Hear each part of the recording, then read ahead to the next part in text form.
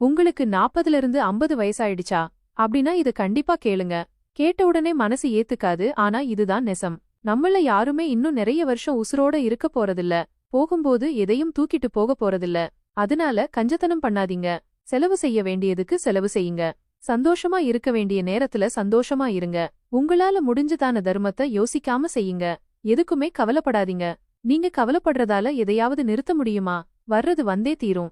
நம்ம செத்ததுக்கு அப்புறம் நம்ம பொருளுக்கெல்லாம் என்ன ஆகுமோன்னு கவலைப்படாதீங்க. நீங்க கஷ்டப்பட்டு சேர்த்ததெல்லாம் உங்க வாழ்க்கையோட முடிஞ்சு போயிடும். உங்கள கேட்காமலேயே அதெல்லாம் முடிச்சு விட்டுருவாங்க. உங்க பிள்ளைங்கள பத்தி கவலைப்படாதீங்க. அவங்களோட வாழ்க்கை அவங்களுக்குன்னு விதிச்சபடிதான் நடக்கும். அதுல நீங்க எந்த மாத்தத்தையும் செய்ய முடியாது. சம்பாதிக்கிறேன்னு பணத்தை தேடி அலையாதீங்க. பங்குச்சந்தையெல்லாம் தலை வச்சு படுக்காதீங்க. பணத்தை விட உங்க உடம்புதான் முக்கியம். பணம் உடம்ப சரி பண்ணிடாது.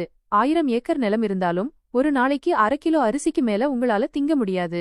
அரண்மனையே இருந்தாலும் கண்ண மூடி நிம்மதியா தூங்க 8 கட்டு இடம் போதும். அதனால ஓரளவுக்கு இருந்தா அதுவே போதும்னு நிம்மதியா இருங்க.